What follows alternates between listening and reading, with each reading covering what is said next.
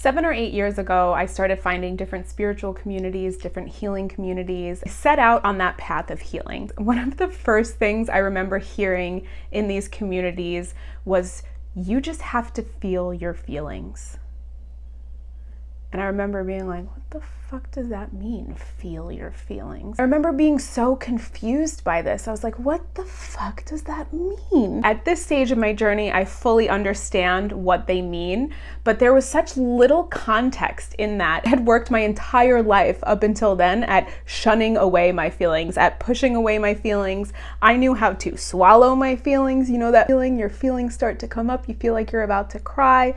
It's in your throat, sometimes it's in your heart. I knew how to push it down. I did not know how to let it up. This stage in my journey, I am very comfortable with my feelings. I'm on the internet crying. I'm very open and honest about my feelings. Now, one of my goals is to help people to understand the things that were really confusing to me at the beginning of my journey and the things that I wish people had told me at the beginning of my journey. Welcome back to my channel. My name is Jackie and I help people create a life that looks good on the outside, but more importantly, feels good on the inside. I am always talking about feelings. I feel so deeply. I cry from sadness. I cry from gratitude. I cry from releasing. I'm very comfortable in my feelings now, but I wasn't always comfortable in my feelings. It has taken some time and some effort to get really comfortable with my feelings, to allow my feelings to come up. This is one of the topics that I'm most passionate about because I don't believe that we can really move on to heal unless we learn how to feel our feelings. I understand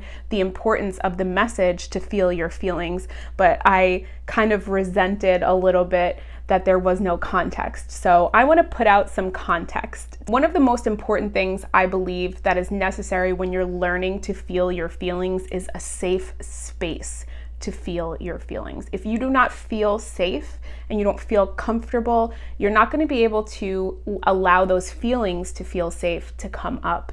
I'm linking an article in the description of this video called My Favorite Spaces and Places to Feel My Feelings. I go into a little bit more about the places that have felt most comfortable for me to allow my feelings to release. I'm also going to link another article into the description of this video where I talk about what happens when we don't feel our feelings. I go into some of the reactions that I've had. I've broken out in hives, I've had rashes, I've had acne, all as a result from not feeling my feelings. I also have a playlist about feelings if you want to dive deeper into some of the videos that I've already made about feelings. When feelings come up, we have to allow ourselves to feel them. And that's what people mean by feel your feelings. If we don't allow those feelings to come up, they will find a space in our body to lodge into. When it comes to the advice, feel your feelings, it's actually the best advice I've ever gotten because all you have to do to release a feeling is to feel it. But it's also the worst advice I've ever gotten because if you don't know how to feel your feelings, it's kind of like purposeless advice.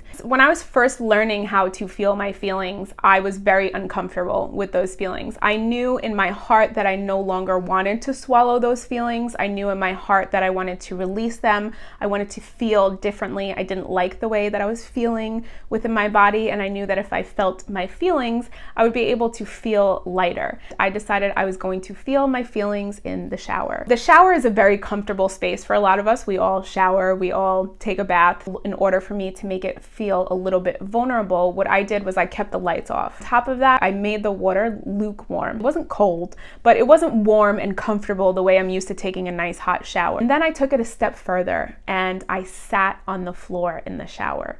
Now, being naked is vulnerable. Being in the water is vulnerable. Taking it a step further to sitting on the floor. Now I'm sitting on the floor, I'm naked, I have this water hitting me, it's not exactly comfortable, and it created a vulnerable environment for my feelings to bubble up and feel safe for me to feel. And when I sat in that shower and I felt the feelings that were coming up, there were a lot of feelings of rejection, a lot of feelings of inadequacy, and all I had to do was let them out. And I sat on the floor of that shower and I cried. I cried my eyes out. I gave it a big like a big belly cry, like one of those cries that you really need to like catch your breath in order to move on from I felt so much better after that shower. I've also returned to the shower. I've returned to different showers in different places because I created that space. And the first step of honoring your feelings by feeling them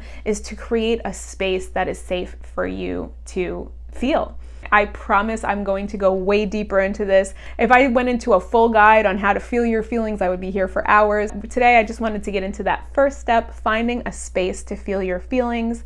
Thank you so much for coming back to my channel. Again, my name is Jackie, and I help people to create a life that looks good on the outside, but more importantly, feels good on the inside. I make new videos every Monday and Friday, so don't forget to click subscribe, and I will see you at the beginning of next week.